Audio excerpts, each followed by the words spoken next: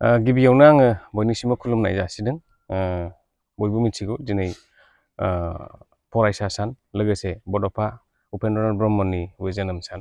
गतिके जोनोम सानावहाय बिथांखौ जोङो गोसोखांदों, बिथांनिसिम जोङो मान बावदों आरो आसा खालामदों बिथांनि जिउमाया सोरगोआव आलो गोजोनै रायजो थानो मोनगोन आरो लोगोसे गासैबो जों रायजो राजाफोरखौहाय बिथाङा आशीर्बाद होनानै जोंखौहाय गोजौआव दावखोनायावहाय जोंखौ जेब्लायबो थुलुंगा होगोन होननानै आरो लोगोसे फरायसा सान जिहेतु बिथांनि जोनोम सानजों लोब्बा लाखिनानै जे खुंफुंनाय बे फरायसा सानावहाय बयबो फरायसाफोरजों लोगोसे गासैबो जोंनि हादोरनि जोंनि रायजोनि बा जोंनि बड'लेण्ड ओनसोलनि रायजो राजाफोरनिसिम आङो फरायसा साननि गाहाम हामलायनायखौ जासिदों। दिनै जोंबो भेरगाव महकुमा बे अफिसनि जे सिङावहाय बड'फा उपेन्द्रनाथ ब्रह्मनि जे मुर्तिखौहाय जोङो बेखेवबाय थांनाय समावहाय आरो दिनै बिथांनि बे अफिस सिङावहाय बे मुर्तियावहाय जों दिनै फरायसा सानजों लोब्बा लाखिनानै बिथांनि मुर्तियावहाय जोङो मान बावनाय हाबाफारिखौ गिबि खेबनि थाखाय खालामदों। गतिके भेरगाव ओनसोलनि रायजो राजानि जानानै आं गासैबो जोंनि बड'लेण्ड हालामनि बा रायजोनि आरो हादोरनि गासैबो रायजो राजाफोरनिसिम आरो बिखेखै जोंनि बर' रायजो राजाफोरनिसिम आङो फरायसा साननि गाहाम हामलायनाय जासिदों आरो आसा खालामदों फैगौ समाव बड'फा उपेन्द्रनाथ ब्रह्मनि जे आदर्श जे बिथांनि जे दिन्थिनाय जे लामा बे लामाखौ जोङो सिगाङाव दोननानै जोङो जोंनि हारि जोंनि ओनसोलखौहाय जौगानायावहाय जोङो खामानि मावलांनो हागोन होननानै जोंहा गोबांथार खामानिफोर मावनांगौ दं बिसेसकै फरायसाफोरनि थाखाय।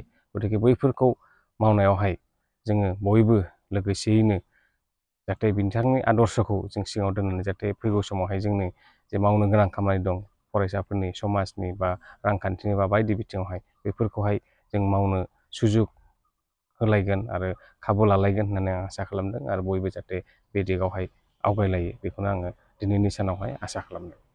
बुथुमगिरि नोंथांनिसिम साबायखर बावबाय। दिनै बड'फा उपेन्द्रनाथ ब्रह्मनि जिथु जोनोम सान बे जोनोम सानजों लोब्बा लाखिनानै दुलाराय बर' फरायसा आफादा फरायसा सान हिसाबै फालिबोबाय थानाय जादोंमोन। दा बेखौ सरकाराबो बेखौ आथिखालाव फालियो। बे फरायसा साननि गाहाम हामलायनायखौ बयनिसिम जासिग्रोबाय। दिनै भेरगाव महकुमायाव बड'फानि जिथु स्टेचु बे स्टेचुआव जिथु मावख' बेंगिरि बिथां सार रिंखां मोसाहारि बिथाङा नैबे हाबाफारियाव बिबार बावजेनगिरि हिसाबै बाहागो लादों।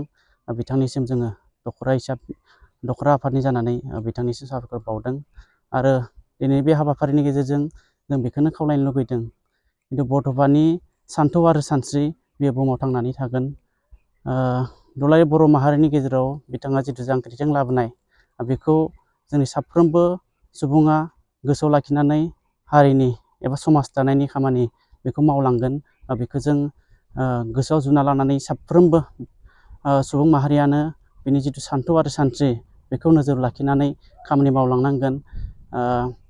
बड'फा उपेन्द्रनाथ ब्रह्मआ बे बुहुमाव दिनै गैलिया, नाथाय बिथांनि जिथु सान्थौ आरो सानस्रि बे बुहुमाव अरायबो थांनानै थानांगोन।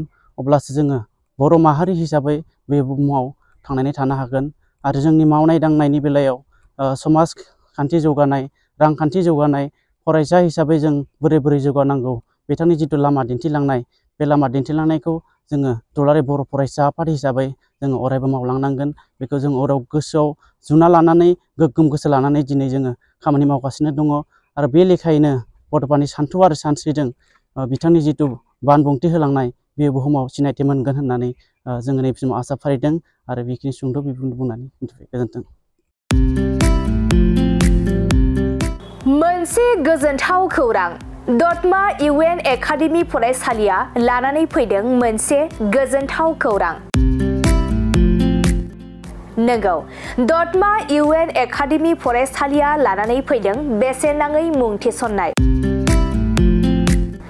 दतमा इउएन एकाडेमि फरायसालिया 2025-26 सोलोंथाइ बोसोरनि थाखाय केजि 1 निफ्राय थाखो 8 सिमनि थाखाय बेसेन नाङै मुं थिसननाय होगासिनो दं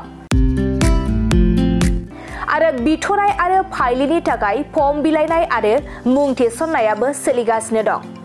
आरो दतमा इउएन एकाडेमि फरायसालियाव हौवासा आरो हिनजावसाफोरनि थाखाय हस्टेलनि खाबुबो दं।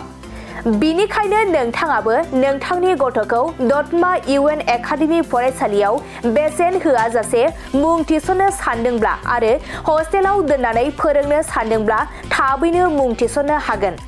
आरो नोंथाङा आबुङै मिथिनो थाखाय नैबे 7002660387 जानबुं नम्बराव कल खालामना खौरां लाहरनो हागोन।